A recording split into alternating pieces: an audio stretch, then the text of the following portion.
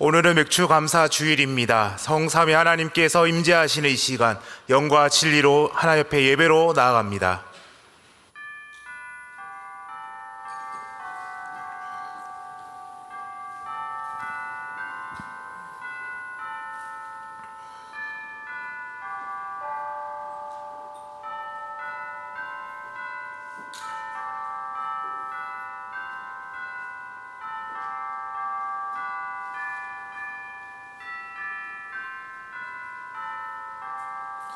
우리 주는 위대하시며 능력이 많으시며 그의 지혜가 무궁하시도다.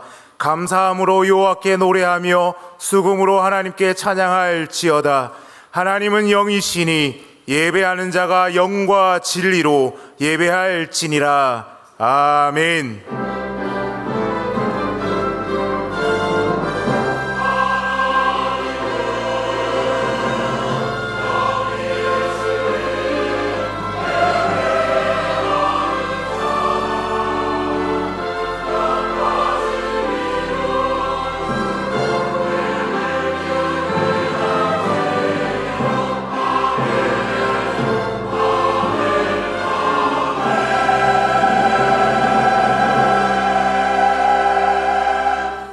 우리의 예배를 받으시기에 합당하신 하나님 아버지, 부족하고 허물이 많은 저희를 만세전부터 하나님의 자녀로 택하여 주시고 예수 그리스도의 십자가의 보혈로 거듭나게 하셔서 구원받은 백성으로 살게 하시니 감사합니다.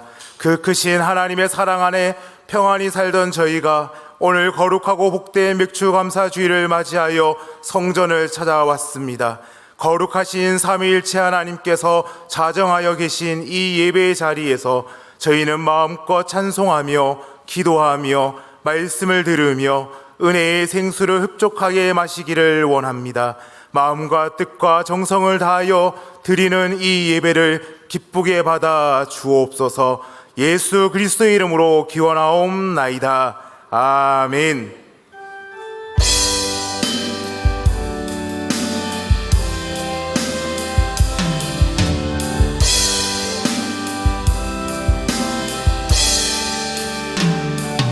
예루살렘아 여호와를 찬송할지어다. 내 하나님을 감사함으로 그 앞에 나가며 주임제 앞에 경배.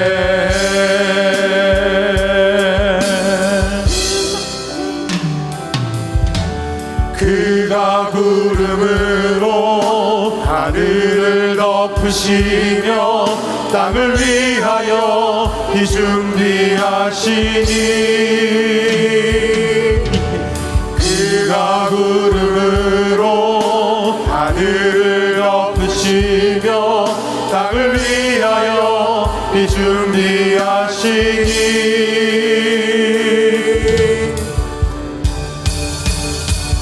예루살렘아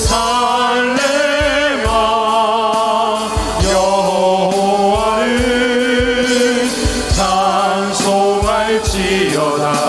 내 하나님을 감사함으로 주 앞에 나가며 주임제 앞에 경배.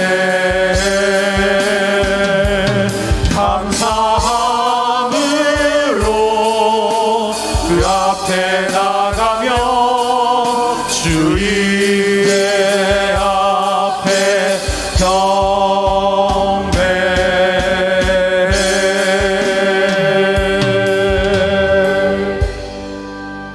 자매의 기도를 드리시겠습니다. 천지 만물을 주관하시는 하나님 아버지, 무성하게 잎이 자라는 나무를 보면서 우리의 인생이 저 나무들 같이 잎사귀만 무성한 것은 아닐까 생각해 봅니다. 열매가 없는 나무가 농부를 기쁘게 하지 못하는 것 같이 신앙의 열매를 맺지 못하는 우리의 생활 역시 하나님을 기쁘게 해드리지 못할 것만 같아 두렵습니다. 한 해의 절반이 지나도록 전도의 열매가 없었습니다. 선한 행실의 열매도 맺지 못했습니다. 우리의 입술의 찬송과 기도의 열매도 찾아볼 수 없고, 우리의 중심에는 하나님만 의뢰하는 견고한 신앙의 열매도 여물지 못했습니다. 성령 하나님의 음성에 귀를 기울이지 않으므로 정욕의 열매만 맺고 있는 저희의 모든 죄를 용서해 주옵소서. 예수님의 이름으로 참회 기도 드리오며 이제 우리의 입술로 고백의 기도를 계속해 나아갑니다. 아버지 하나님, 연약한 우리를 돌아보시고 우리와 함께하여 주옵소서. 주의 은혜 가운데 서 있게 하시고 날마다 하나님의 은혜를 사모하는 우리들 되게 하여 주시옵소서. 무더운 날씨 가운데서도 우리를 지키시고 주옵소서. 주여 우리를 불쌍히 여겨주시고 은혜를 베풀어 주시옵소서.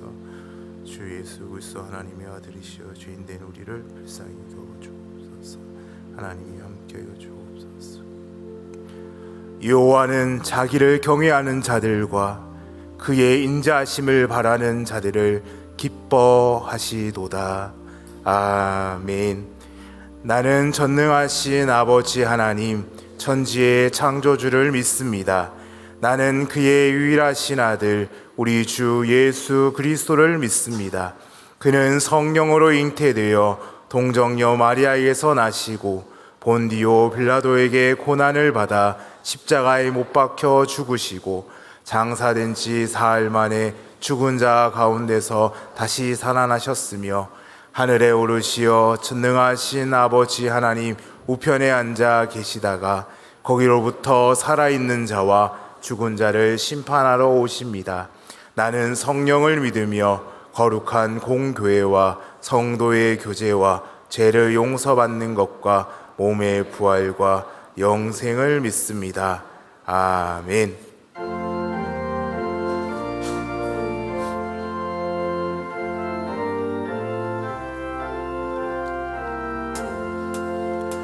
다 감사드리세 온 마음을 주께 바쳐 그 섭리 놀라워 온 세상 기뻐하네. 예부터 주신 복 한없는 그 사랑 선물로 주시네.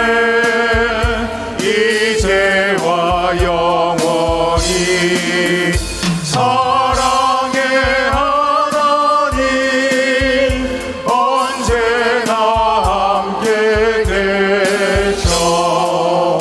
기쁨과 평화에 복 내려 주옵소서.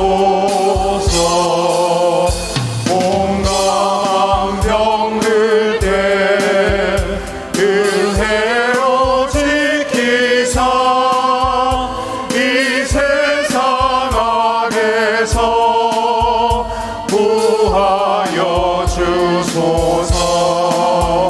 감사와 찬송은 다 주께 드리어라.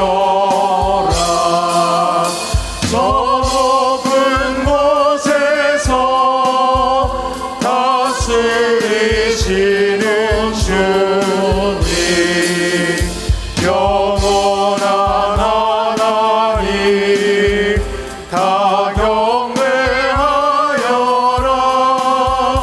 너에도 이제도 장래도 영원히 아멘.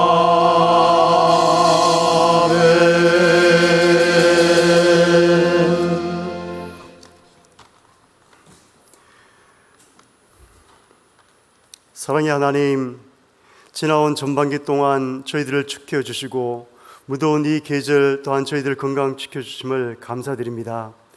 저희들 7월 첫 주의 날 예배로 나와 맥주 감사주의를 기념하며 하나님께 영광과 경배를 드리게 하시니 감사합니다. 주의 자녀됨의 권세를 주셨지만 일상 속 사소함 속에서도 자주 실패하고 넘어지는 저희들의 연약함을 고백합니다. 저희들에게 성령의 전신갑주를 입히시고 그리스도의 좋은 군사가 되게 하옵소서.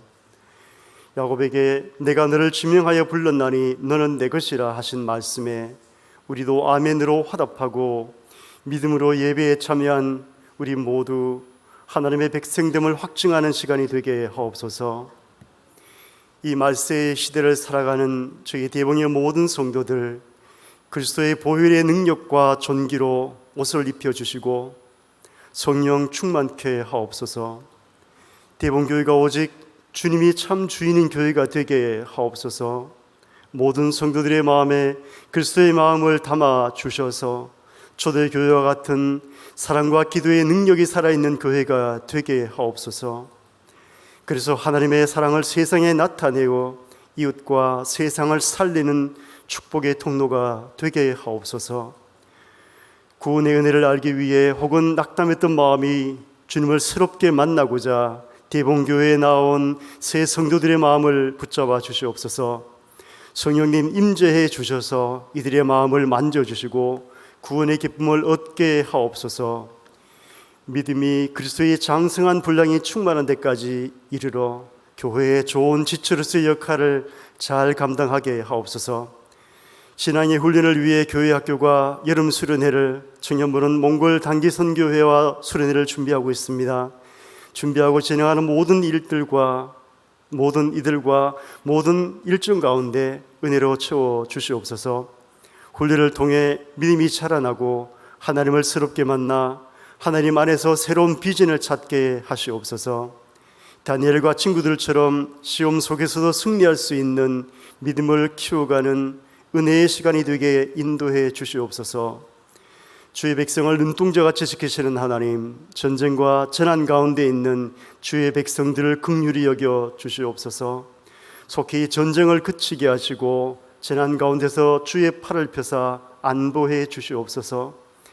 우리의 기도에 응답하기 원하시는 하나님, 저희들 여러 기도의 제목으로 주님께 간구하오니 응답해 주시옵소서.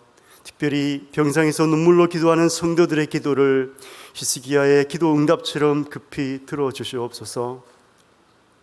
말씀을 준비한 김은혜 담임 목사님에게 성령의 두루마기를 입히시고 하나님의 능력을 더하여 주시옵소서.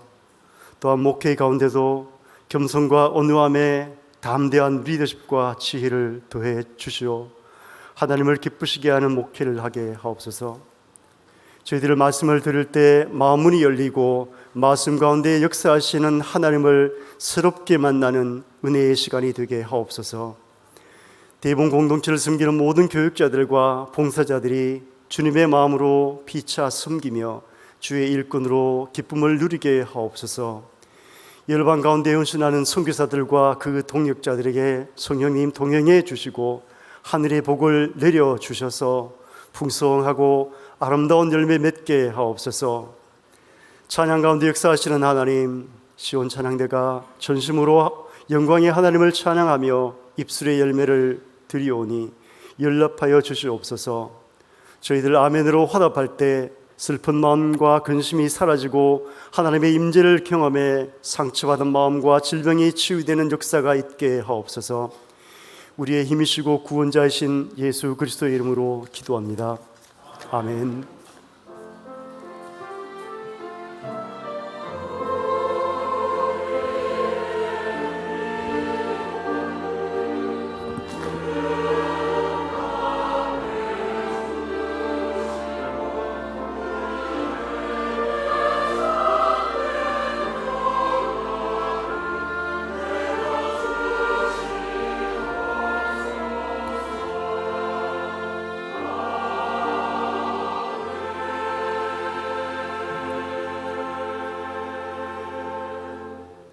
이 시간 하나님께서 우리에게 주시는 말씀은 구약 성경 역대상 17장 16절에서 20절까지의 말씀입니다.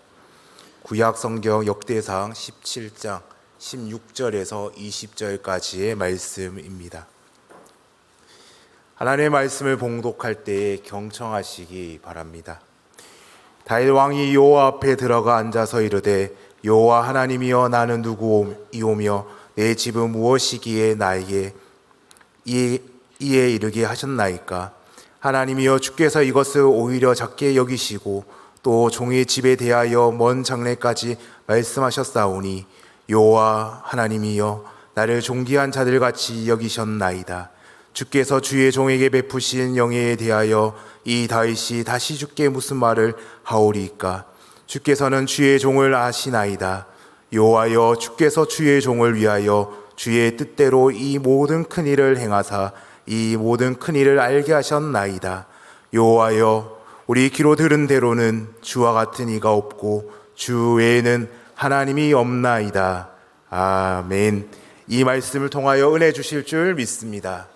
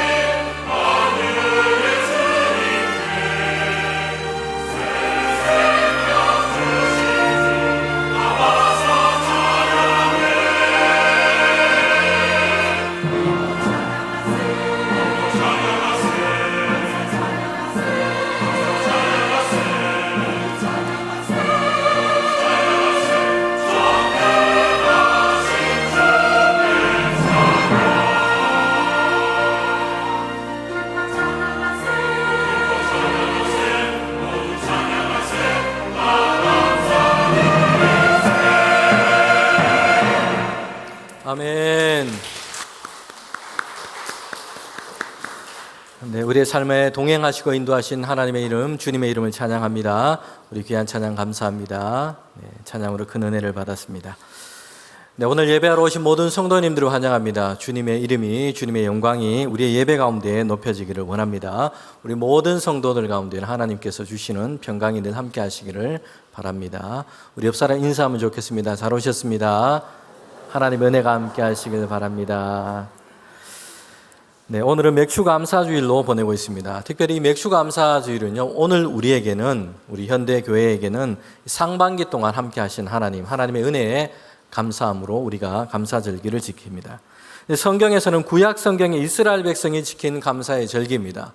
가나안 땅에 들어가서 그들이 첫 곡식을 얻었을 때 이제 하나님께 감사하며 그렇게 절기를 지키게 됐습니다. 더 정확하게 말하면 이스라엘 백성에게서 시작된 것이 아니라 감사절기를 지키라 말씀하신 이 하나님의 명령에서부터 시작됐습니다. 맥추절을 지키라 하나님께서 그의 백성 가운데 이야기하셨습니다. 성도 여러분, 그런데 이 맥추절을 지키라 하나님께서 처음 말씀하실 때는요, 이스라엘 백성이 아직 농사를 짓고 있지 않을 때였습니다. 종살이 하던 애굽에서 나와서 이제 가나안 땅을 향해서 가고 있을 때요. 광야에 있을 때입니다. 약속하신 그 가나안 땅을 향해서 가고 있을 때에 아직 정착할 땅을 얻지 못했을 때입니다. 지금 농사를 지으며 씨를 뿌리고 그렇게 농사일을 하고 있지 않을 때입니다. 그들 앞에는 넓은 평원과 농경지가 펼쳐져 있지 않습니다. 그들 앞에는 척박한 광야가 놓여 있습니다. 언제쯤 가나안 땅에 들어갈 수 있을지, 언제 농사를 해서 수확을 얻을 수 있을지 그들은 알지 못할 때입니다. 여러분, 그런데 이런 상황에서 하나님께서 그들에게 규례로 주신 말씀이요, 감사절기를 지키라는 것입니다. 출애굽기 23장 14절부터 17절에 보면, 특별히 우리 16절에 보면 이렇게 얘기하고 있죠. 맥추절을 지키라. 이스라엘이 지켜야 될 세 번의 감사절기를 얘기하고 있습니다. 그 중에 맥추절을 지키라 라는 것입니다. 수고해서 밭에 뿌린 것에 첫 열매를 거두었을 때 그렇게 지키도록 한 절기인 것입니다. 자, 우리는 이를 통해서 먼저 생각하게 되는 것이 있습니다. 감사라고 하는 것은요, 상황에 대한 결산이 아니라 먼저 하나님께서 이스라엘 백성에게 요구하신 믿음의 태도라는 것입니다. 하나님은요, 이스라엘 백성이 땅을 얻기도 전에, 수확을 거두기도 전에 먼저 이 말씀을 하셨다는 것이요, 감사절기를 지키라라는 것입니다. 우리는 이 대목에서 생각하게 되기도 합니다. 좀 주시고, 많이 주시고, 아니면 손에 지금 거둘 것이 많아서 그때 감사절기를 지키라 하시면 좋겠는데 지금 뭔가 순서가 바뀌지 않았냐, 이런 생각을 하게 되는 것입니다. 광야에 있는데 아직 아무것도 얻지 못했는데 먼저 감사절기를 지키라고 얘기를 하신 것입니다. 이스라엘 백성이 가나안 땅에 들어가서 농사를 할 때도 마찬가지입니다. 여러분, 어떤 해는요, 농사를 하다 보면 재난이 있거나 기후가 좋지 못해서 수확이 적을 때도 있습니다.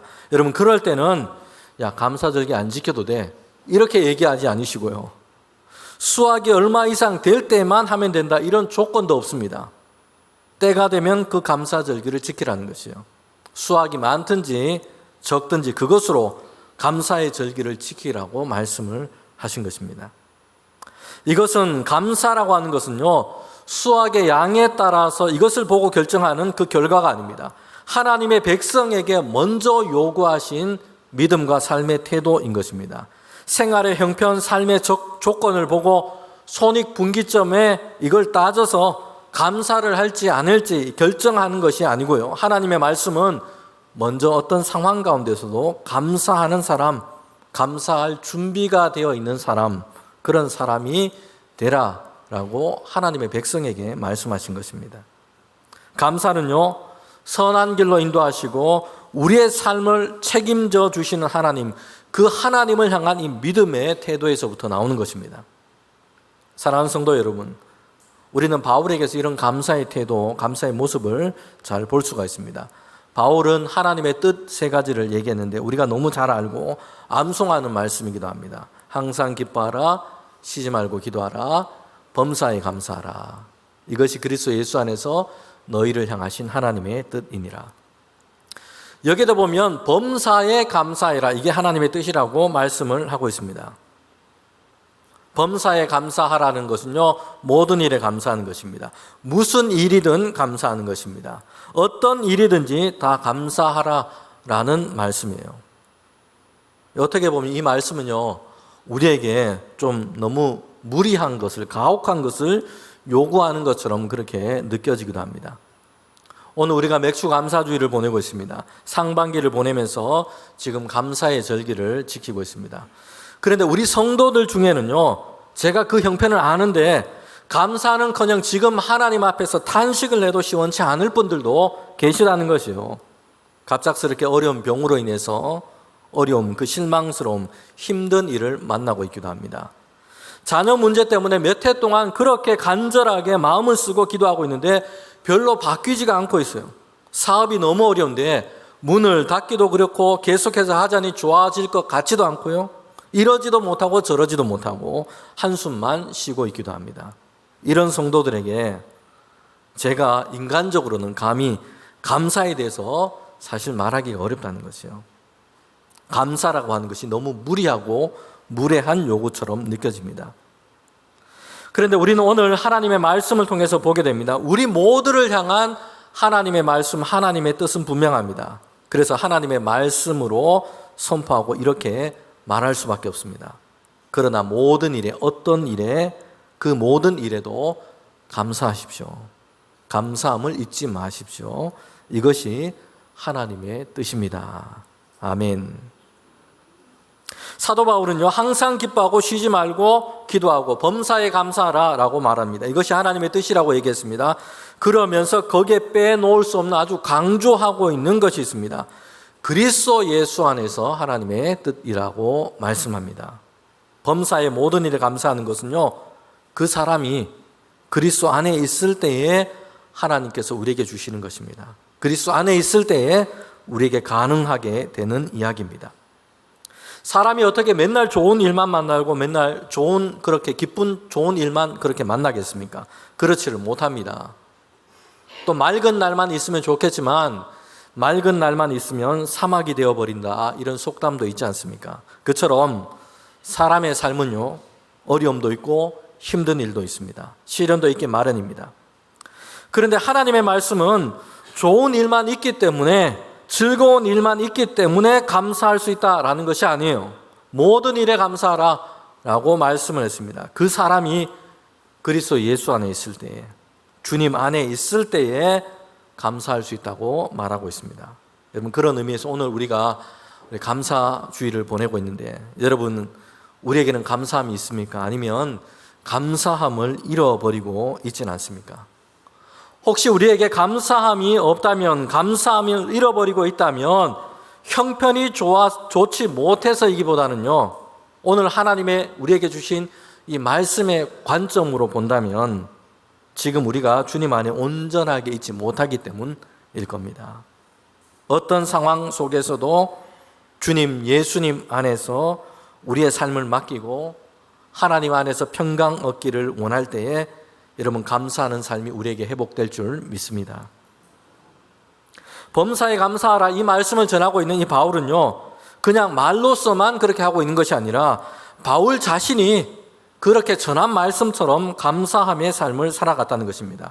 빌립보서를 보면 우리가 잘 알게 됩니다. 로마의 감옥에 있을 때에 빌립보 교회 성도들에게 편지를 쓰고 있습니다. 그러면서 바울은 이렇게 얘기를 하고 있습니다. 빌립보서 4장 11절부터 13절 말씀인데, 저와 여러분이 함께 이 말씀을 읽도록 하겠습니다. 내가 궁핍함으로 말하는 것이 아니라 어떠한 형편에든지 나는 자족하기를 배웠노니, 나는 비천에 처할 줄도 알고 풍부에 처할 줄도 알아. 모든 일 곧 배부름과 배고픔과 풍부와 궁핍에도 처할 줄 아는 일체의 비결을 배우노라. 내게 능력 주시는 자 안에서 내가 모든 것을 할 수 있느니라. 아멘. 바울은요, 풍부할 때도 있었어요. 그러나 궁핍할 때도 있었습니다. 배가 부를 때도 있었습니다. 좋은 거 먹을 때도 있었고요. 그런데 배가 고플 때도 있었다는 것입니다. 그러나 바울이 이렇게 얘기하고 있습니다. 어떠한 형편에든지, 다시 말하면 범사의 모든 상황에 나는 자족하는 것을 배웠다. 그리고 내게 능력 주시는 자 안에서, 바울에게 능력 주시는 분이 누구시겠습니까? 그리스도 예수 안에서 내가 모든 것을 할 수 있느니라 말씀하고 있습니다. 바울은요, 삶의 상황으로 본다면 지금 이 빌립보서를 쓰고 있을 때에 정말 어렵고 힘든 처지였습니다. 감옥에 갇혔고 감금되었습니다.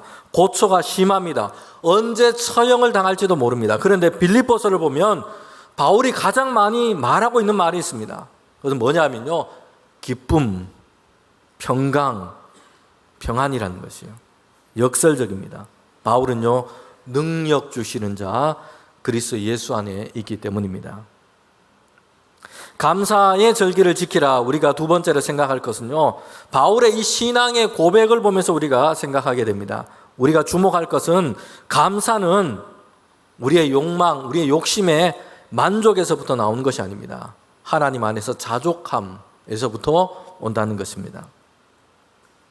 세상과 이 삶의 여러 형편들, 모든 것, 내가 원하는 것을 다 채웠을 때 만족해야 우리가 감사할 수 있다라고 생각한다면요, 우리는 감사할 수 없을 겁니다.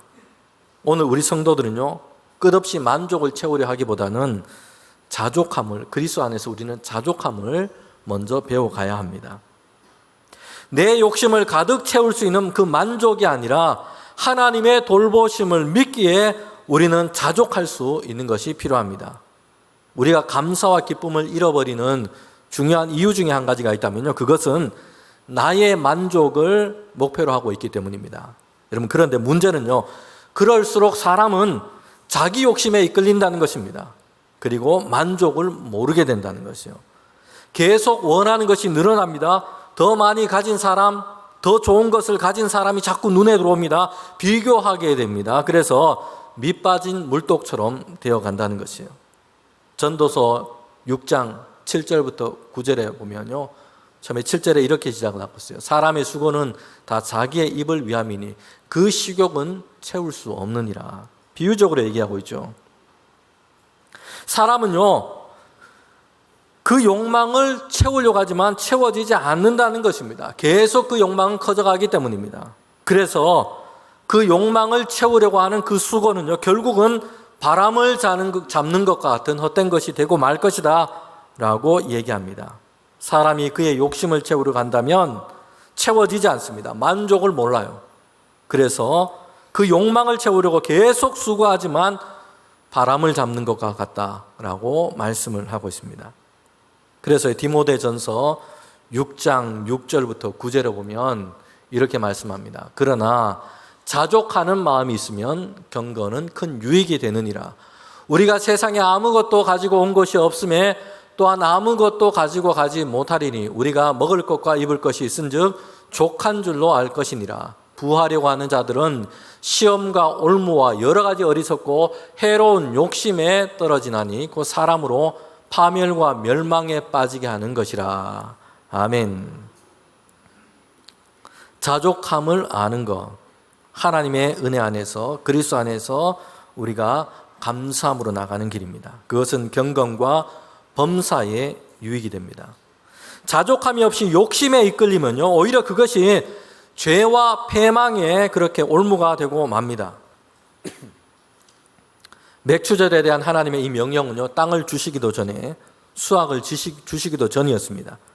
하나님의 백성이 먼저 감사하는 존재로 그렇게 하나님은 세우고자 하신 것입니다. 맥추절의 첫 수확도 마찬가지입니다. 첫 수확의 결실을 하나님께 드리고, 그리고 이제 마지막도 하나님께 감사함으로 나아가도록 했습니다. 감사로 처음으로 시작해서 감사로 마지막을 닫는 것입니다. 이것이 이스라엘 백성, 하나님의 백성을 세워가시는, 하나님이 계획하시는 그 모습인 것입니다. 상황이 그 사람이 어떤 사람인가를 결정하는 것이 아니라 그 사람의 존재가 상황을 해석하도록 그렇게 하는 것입니다. 여러분, 그래서 앞서 바울이 고백하는 것과 같습니다. 풍부하나 궁핍하냐, 배부르냐 배가 고프냐, 이런 삶의 상황이 바울이 감사를 할지 불평을 할지 아니면 찬양을 할지 원망을 할지 결정하는 것이 아닙니다. 오히려 반대라는 것입니다. 예수 그리스도 안에 있는 존재, 하나님이 함께 하시고 인도하시는 것을 그 믿는 사람은요, 그가 어떤 모든 상황 가운데서도 감사로 해석해 낼 수 있게 된 것입니다. 골로새서 2장 7절 말씀인데 함께 우리가 읽도록 하겠습니다. 그 안에 뿌리를 박으며 세움을 받아 교훈을 받은 대로 믿음에 굳게 서서 감사함을 넘치게 하라. 아멘. 감사함을 넘치게 하라라고 했는데요, 그 앞에는요, 그가 살고 있는 어떤 삶의 여건, 상황에 대해서 얘기하고 있지 않습니다. 그리스도 예수에게 뿌리 깊이 내리고요, 그리고 그리스도 예수 안에서 이제 살아갈 때에 거기에서부터 우리가 감사함이 넘치게 된다고 말씀하고 있습니다.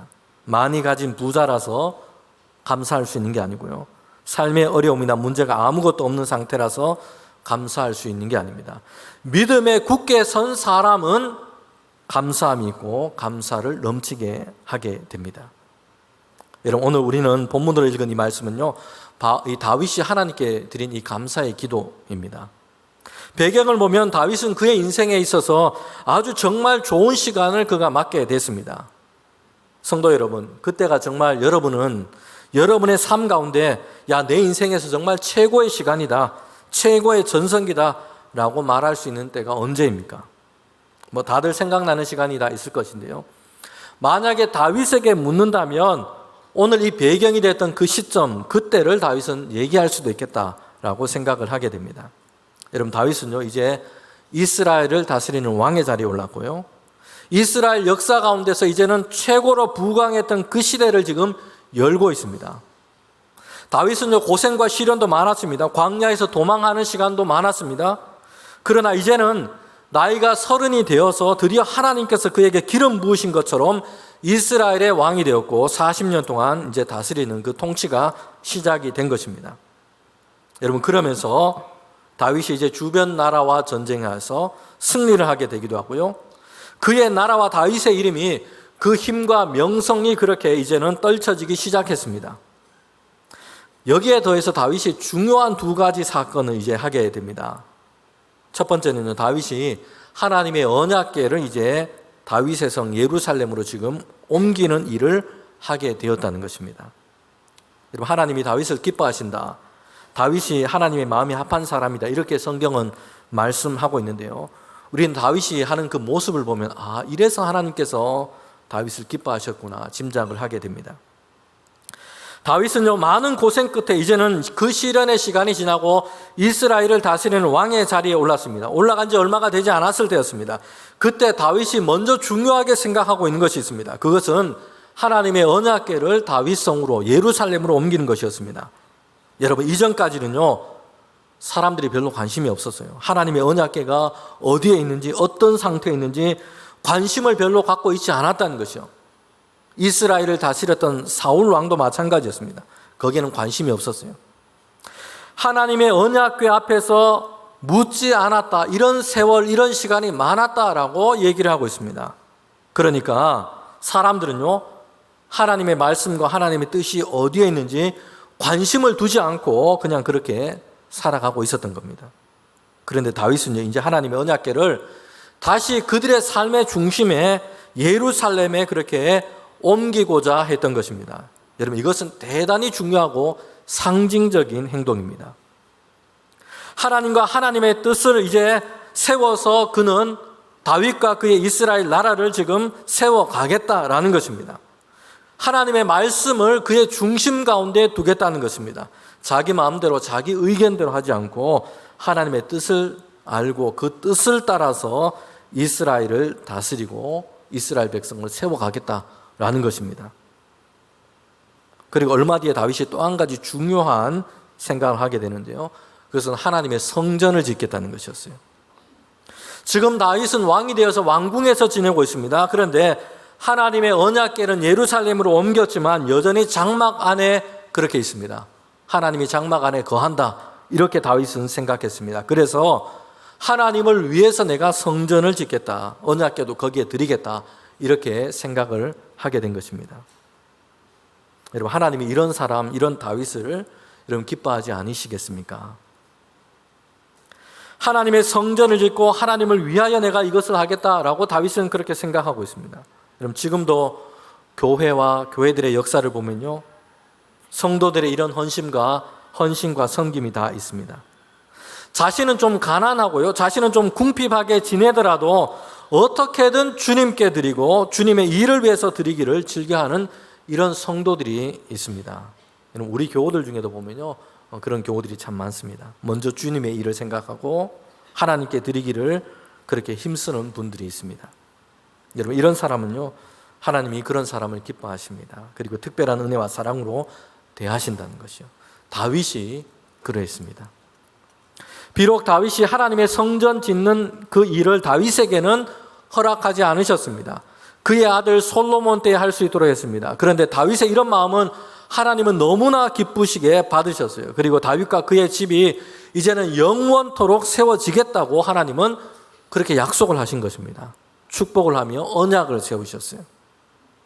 그럼 자, 한번 우리가 성경을 보세요. 다윗은요, 하나님의 집을 짓고 세우겠다 했는데 하나님은 이런 다윗을 기뻐하셔서 이제 하나님께서 야, 내가 너의 집을 영원히 이스라엘 가운데 다스리는 자로 세우겠다 라고 약속을 하신 것입니다. 다윗의 집을, 그의 집을 하나님께서 내가 영원히 세우겠다고 언약하신 것이에요. 여러분, 이것이 역대상 우리 17장에 나와 있는 다윗을 향한 하나님의 언약인 것입니다. 이 언약은요, 성경에서 아주 중요합니다. 왜냐하면 이 다윗의 언약이 중요한 것은요, 이 언약이 바로 구원자 되시는 예수 그리스도께서 오시는 언약의 예표이기 때문입니다. 다윗의 혈통과 가문으로 예수 그리스도께서 오셔서 모든 사람을 위한 구원을 이루셨어요. 그리고 마지막 날에는 모든 나라와 세상의 심판주로 오셔서 이 땅을 다스리는 그런 주님으로 다시 오시는 것입니다. 하나님은 다윗을 기뻐하시는데요, 그리고 그에게 하신 약속이 있습니다. 17장 11절부터 14절에 보면요, 이렇게 말씀하고 있어요. 다윗의 아들에게 왕위가 이어지게 할 것이고 이 나라가 견고하게 할 것이고, 그리고 하나님을 위하여 집을 이제 그 아들들에 건축하게 될 것이고, 하나님은 그 왕위를 영원토록 견고하게 하실 것입니다. 그리고 하나님이 그의 아버지가 되고 인애를 빼앗지 않고 영원토록 베풀어 주실 것이라고 다윗과 그의 가정 가운데 하나님이 이런 약속을 하신 것입니다. 하나님은 다윗과 그의 아들, 그 가문을 위한 영원한 이 언약을 세우신 것입니다. 그리고 오늘 본문에서 이제 다윗이 하나님께 감사 기도를 드리고 있습니다. 이런 우리는 다윗이 하나님께 드린 그 기도를 보면서 감사하는 자의 모습이 어떠한지를 보게 됩니다. 역대상 17장 16절 말씀에 보면 이렇게 말씀하고 있습니다. 우리 함께 읽겠습니다. 다윗이 여호와 앞에 들어가 앉아서 이르되 여호와 하나님이여, 나는 누구이오며 내 집은 무엇이기에 나에게 이에 이르게 하셨나이까. 아멘. 다윗이 이렇게 하나님 앞에 앉아서 얘기하고 있습니다. 하나님, 내가 누구이길래, 내 집이 무엇이길래 지금에 이르게 이렇게 하셨나이까. 다윗은요, 자신과 그의 집에 열어주신 하나님의 은혜와 그 복이 얼마나 큰지를 생각하고 있습니다. 그러면서 내가 누구이길래, 우리 집이 무엇이길래 이렇게 하나님 큰 은혜를 베풀어 주셨습니까? 감사함으로 고백하고 있어요. 여러분, 감사하는 자의 모습은요, 하나님의 은혜 아래에서 그 자신을 보고 있다는 것이에요. 성도 여러분, 다윗은요, 왕도 되었고요, 잘하고 열심히 하고 있는 일도 많습니다. 백성들에게 인기도 많고요, 이웃 나라, 주변 나라에게 그 명성과 힘을 떨치고 있습니다. 그러면 사람들에게는요, 이런 때는 자신에 대해서 높아지려고 하는 이런 마음이 생기게 됩니다. 하나님이 도움도 주셨지만 나도 이만큼 열심히 했다, 많이 수고했다, 노력을 내가 많이 했다, 이런 마음이 들기 시작합니다. 그런데 다윗의 감사 기도를 보면요, 하나님이 베푸신 그 은혜를 바라보는 것에 집중하고 있습니다. 하나님의 은혜 아래서 자신을 보고 있습니다. 하나님의 은혜를 지금 크게 보고 있고, 그 크신 하나님의 은혜 안에서 그 자신을 작게 보고 있습니다. 그래서 다윗은요, 내가 누구이길래, 우리 집이 무엇이길래 하나님께서 이렇게 크고 놀라운 은혜를 베풀어 주신 것입니까? 내게는 그럴 만한 자격도 없는데 하나님께서 내게 주신 은혜입니다 라고 고백하고 있습니다. 다윗은 세상과 사람들 사이에서 자신이 얻은 위치와 자리를 보면서 거기에서 자신을 지금 크게 생각하고 있지 않습니다. 그는 하나님의 은혜를 크게 바라보고 있습니다. 그리고 그 하나님의 은혜 앞에서 목동에 불과했던 자신을 이스라엘의 다스리는 자로 세우셨고, 주변 나라 사이에 강한 나라로 만들어 주셨고, 그와 그의 가문 가운데 하나님은 영원한 인자하심으로 대하시겠다 약속을 하신 것입니다. 이 놀랍고 크신 하나님의 은혜를 보면서 자신을 생각하고 있다는 것이요. 여러분, 이것이 다윗이 감사하는 자로 하나님 앞에 있는 기도자로서 있는 것입니다. 찬송가 304장에 보면요, 이렇게 우리가 찬송을 하고 있죠. 그 크신 하나님의 사랑 말로 다 형용 못하네. 저 높고 높은 별을 지며 이 낮고 낮은 땅 위에. 후렴구에 보면요, 하나님의 크신 사랑은 측량을 다 못하며 영원히 변치 않은 사랑, 성도여 찬양하세. 아멘. 하나님의 은혜 안에서 자신을 보면 그 크신 하나님의 은혜와 사랑을 감사하고 찬양하게 됩니다. 여러분, 감사절을 보내면서 하나님께서 주신 크신 은혜와 사랑을 보며 내가 누구이길래, 내 집이 무엇이길래, 여러분 이런 감사가 우리에게 있기를 원합니다. 내가 누구이길래 이렇게 하나님의 자녀 주의 성도로 삼아 주시고, 내가 누구이길래 이렇게 주님의 교회에서 하나님을 예배하는 자로 세워주시고 주님의 교회에서 일꾼으로 우리를 세워주셨습니다. 하나님의 이 은혜 앞에서 내가 누구이길래, 이 마음이 우리에게 있어야 할 줄 믿습니다. 그러면 감사의 기도와 찬양이 우리에게 있을 것입니다. 여러분, 바울은 이렇게 고백했습니다. 고린도전서 15장 10절 말씀인데, 그러나 내가 나 된 것은 하나님의 은혜로 된 것이니 내게 주신 그 은혜가 헛되지 아니하여 내가 모든 사도보다 더 많이 수고하였으나 내가 한 것이 아니요 오직 나와 함께 하신 하나님의 은혜로다. 아멘. 여러분, 여기서 바울은요 아주 중요한 것을 얘기하고 있습니다. 바울은 진짜 수고를 많이 했습니다. 다른 사람들보다도요, 그리고 다른 사도들보다도 바울은 수고를 많이 했습니다. 바울만큼 고생하며 전도 여행을 많이 한 사람도 없고요, 바울만큼 많은 교회를 세운 사람도 없습니다. 복음을 전하다가 당했던 그 고난과 고초가 얼마나 많습니까? 죽을 고비를 여러 번 넘겼습니다. 그런데 바울이 지금 말하고 있는 것을 한번 보세요. 수고를 열심히 해서 내가 은혜를 받았다, 이렇게 얘기하고 있지 않습니다. 대단한 수고를 하다가 내가 은혜를 입었다 라고도 얘기하고 있지 않습니다. 바울은요 이렇게 얘기하고 있어요. 그렇게 많은 수고를 할 수 있었던 것도 하나님의 은혜가 있었기 때문입니다.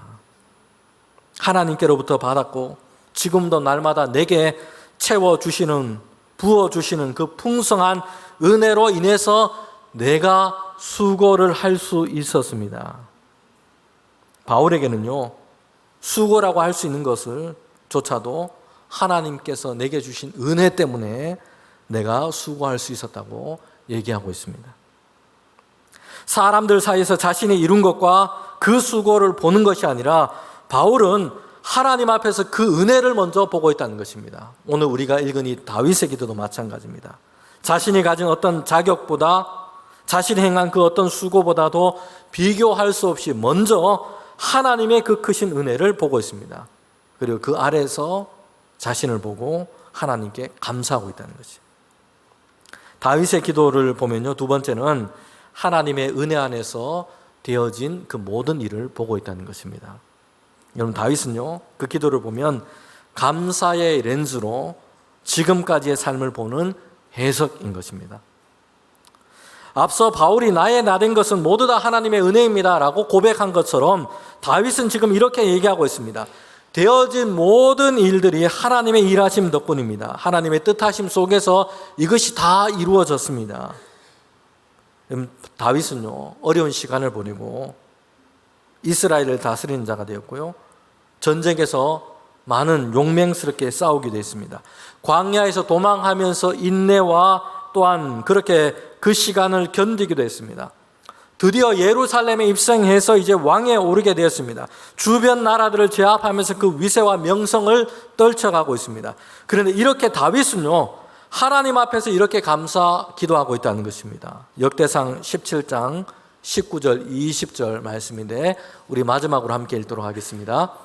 여호와여, 주께서 주의 종을 위하여 주의 뜻대로 이 모든 일을 행하사 이 모든 큰 일을 알게 하셨나이다. 여호와여, 우리 귀로 들은 대로는 주와 같으신 이가 없고 주 외에는 하나님이 없나이다. 아멘. 다윗이 이렇게 고백하고 있는 겁니다. 모든 것을 하나님이 하셨습니다. 하나님 외에는 없습니다.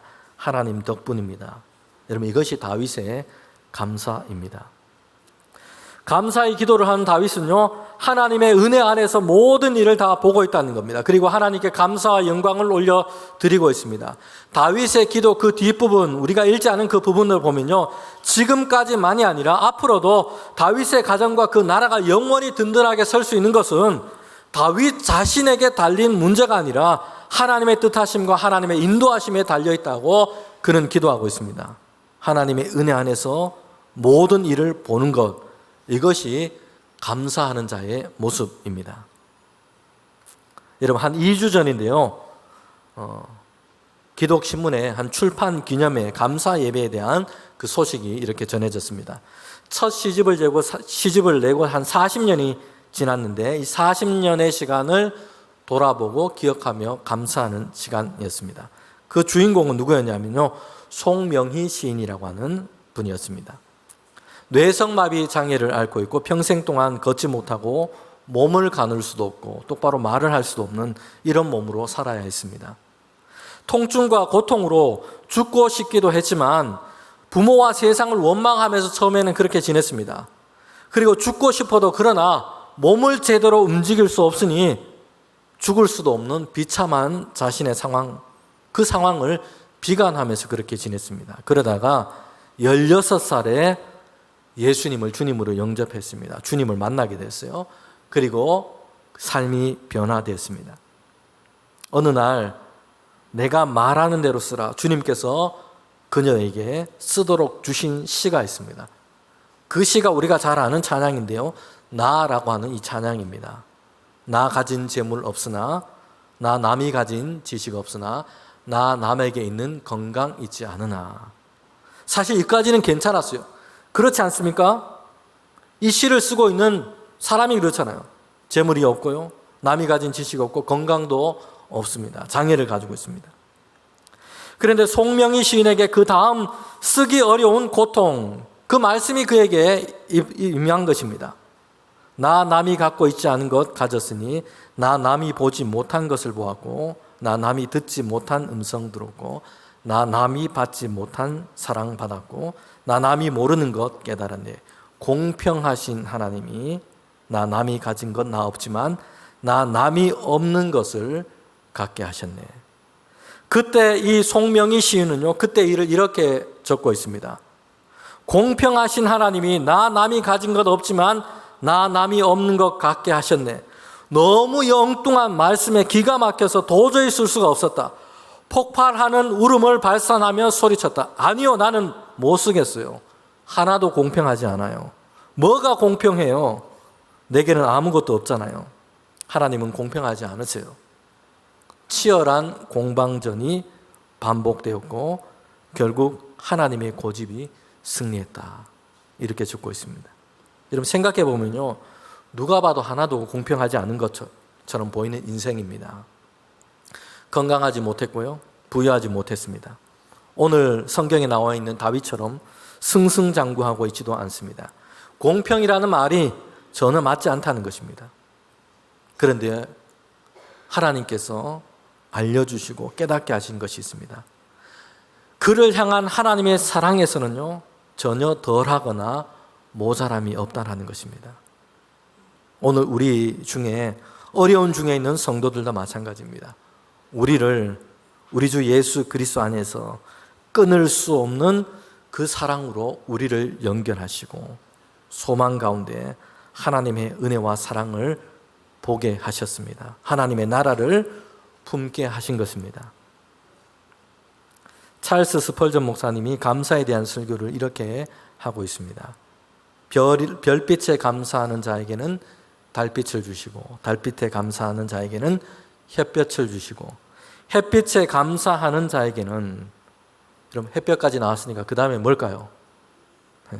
햇볕에 감사하는 자에게는 영원히 지지 않은 주님의 은혜의 빛을 주신다.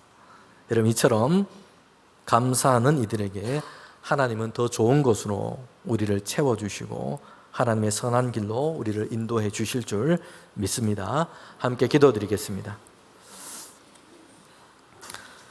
하나님 참 감사합니다. 이렇게 상반기 반년을 보내면서 우리에게 주신 은혜에 감사합니다. 때로는 어려운 시간도 있었습니다. 그러나 하나님 곳곳마다 하나님이 동행하셨고 우리의 삶을 지키시고 인도하여 주셨습니다. 그래서 모든 일에 범사에 주 안에서 감사할 수 있는 우리가 되게 하여 주시옵소서.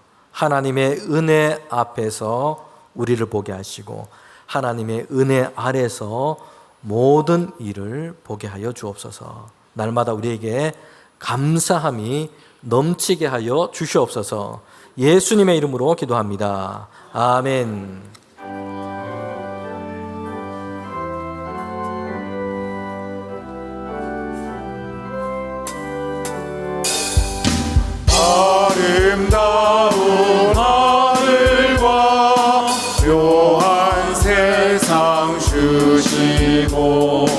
많은 사랑 베풀어 우리 길러주시니 우리 주님 예수께 감사 찬송합니다.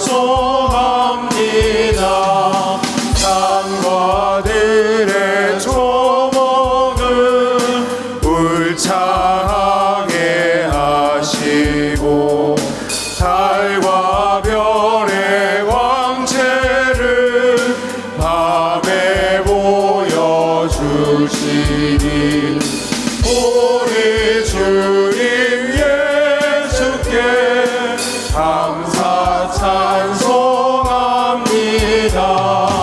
눈과 귀를 밝히사 마음과 뜻이 합하고 신기하게 움직여 묘한 조화 이루리 우리 주님 예수께 감사 찬송합니다. 부모 자녀의 정과 형제 자매 우애와 친구들의 사랑을 나누도록 하시니 우리 주님 예수께 감사 찬송합니다. 거룩한 손 가지고 봉사하는 교회가 순결함과 사랑을 나타내게 하시니 우리 주님 예수께 감사 찬송합니다. 주를 인류 위하여 십자가에 달리사 땅의 평화 이루고 하늘 기쁨 주시니 우리 주님 예수께 감사 찬송합니다.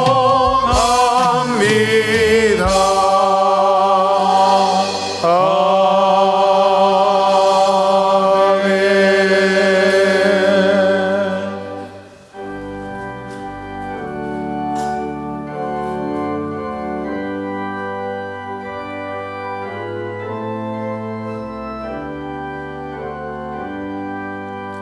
나의 호화 드리니 주여 받아 주셔서 하늘나라 위하여 주 뜻대로 쓰소서.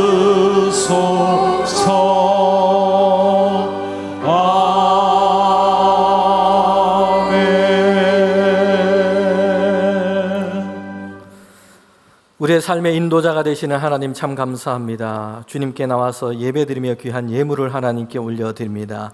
하나님께서 주신 것 구별하여 드리는 우리 모든 성도들의 손길을 기억하여 주시옵소서.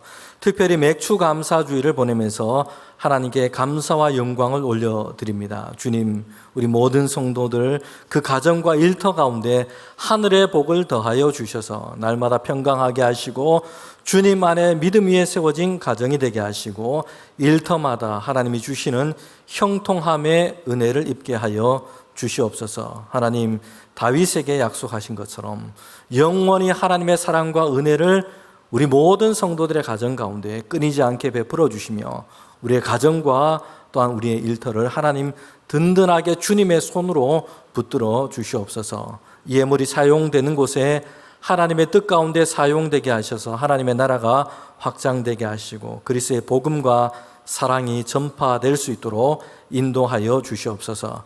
우리 연약한 성도들을 하나님 도우시고 인도하여 주셔서 주님 안에서 강건함 얻기를 원합니다. 하나님의 강한 손으로 붙들어 주셔서 회복시켜 주시고 치료하여 주시고 하나님이 함께하여 주심으로 날마다 믿음으로 승리하는 주의 성도들 다 될 수 있도록 은혜 베풀어 주시옵소서. 예수님의 이름으로 기도합니다. 아멘.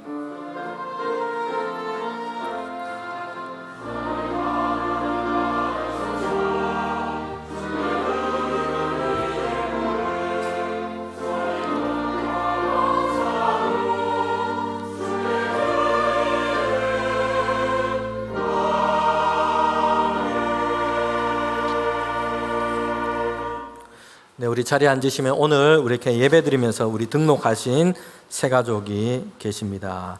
네, 이인희 안수 집사님께서 인도하셨는데요. 변계령 성도님 이렇게 오늘 등록하셨습니다. 그리고 두 자녀 함께 왔는데 우리 교회 학교에서 예배 드리고 있습니다. 우리 환영하도록 하겠습니다.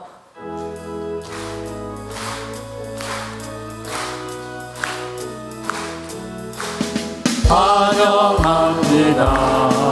주님의 이름으로 환영합니다. 주님의 사랑으로 환영합니다. 축복합니다. 우리 교회 소식을 전하도록 하겠습니다. 오늘은 맥주 감사주일이고요. 우리의 삶 가운데 인도하시는 하나님께 감사함으로 나아가는 저와 여러분 되기를 원합니다. 우리 다음 주일 찬양 예배는 새가족부에서 헌신 예배로 예배를 드리게 됩니다. 우리 교회 소식 알림 1번에 보면 정기재직회가 오늘 찬양 예배 후에 모이도록 하겠습니다. 우리 2번에 보면 4주간의 챌린지가 우리 진행 중에 있습니다. 보니까 여러 우리 챌린지 그룹이 등록을 했습니다. 보니까 시편 통독, 신약 통독, 여행, 음식 만들기, 맛집 탐방, 당구 이렇게도 있기도 하고요.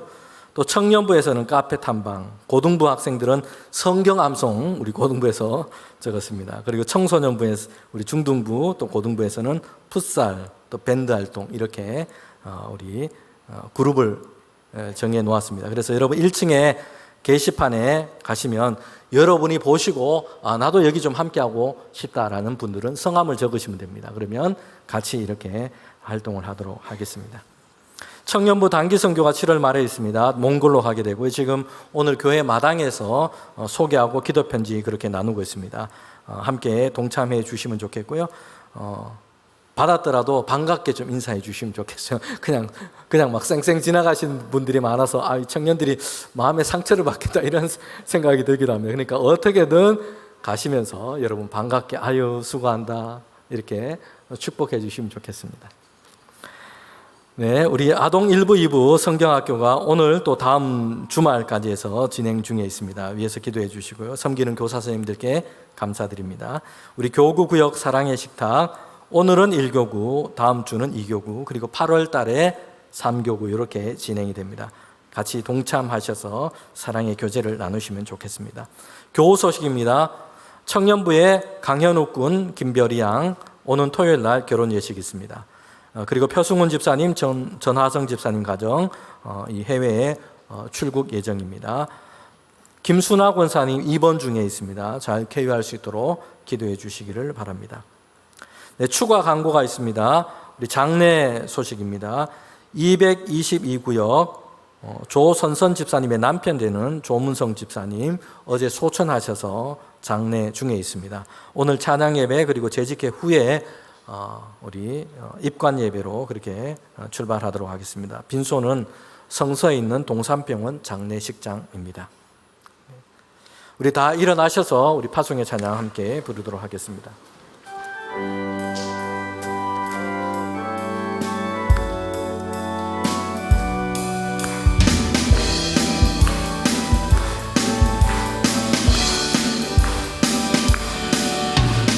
우리가 주님 안에 하나가 되어 바로 주님이 원하시는 뜻대로 주님의 크신 영광 높이는 노래가 되어 온 세상을 아름답게 하리라.